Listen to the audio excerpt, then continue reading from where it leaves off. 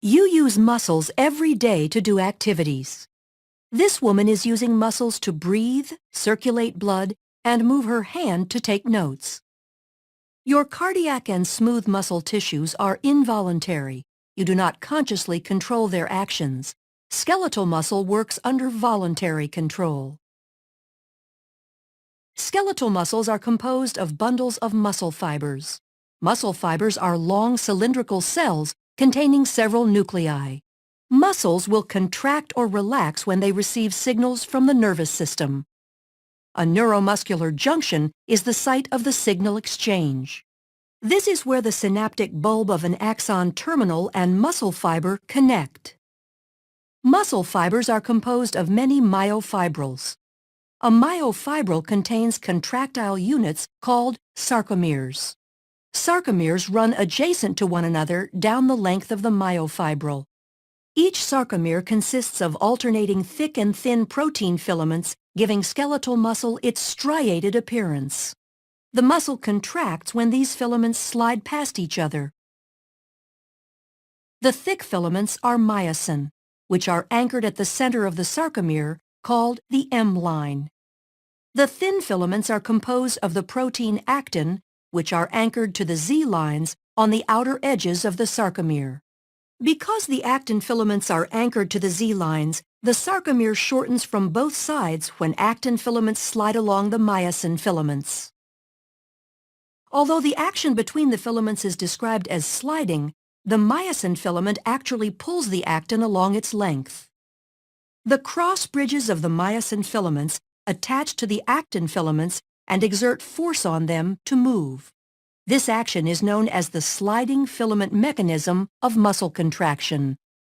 In this model, the sarcomeres shorten without the thick or thin filaments changing in length. A contraction begins when a bound ATP is hydrolyzed to ADP and inorganic phosphate. This causes the myosin head to extend and can attach to a binding site on actin, forming a cross bridge. An action called the power stroke is triggered, allowing myosin to pull the actin filament toward the M line, thereby shortening the sarcomere. ADP and inorganic phosphate are released during the power stroke. The myosin remains attached to actin until a new molecule of ATP binds, freeing the myosin to either go through another cycle of binding and more contraction or remain unattached to allow the muscle to relax. Muscle contractions are controlled by the actions of calcium. The thin actin filaments are associated with regulatory proteins called troponin and tropomyosin.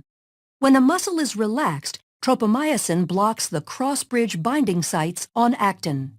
When calcium ion levels are high enough and ATP is present, calcium ions bind to the troponin, which displaces tropomyosin, exposing the myosin binding sites on actin. This allows myosin to attach to a binding site on actin, forming a cross bridge. Calcium ions are stored in the sarcoplasmic reticulum and are released in response to signals from the nervous system to contract. Neurotransmitter molecules are released from a neuron and bind to receptors, which depolarizes the membrane of the muscle fiber.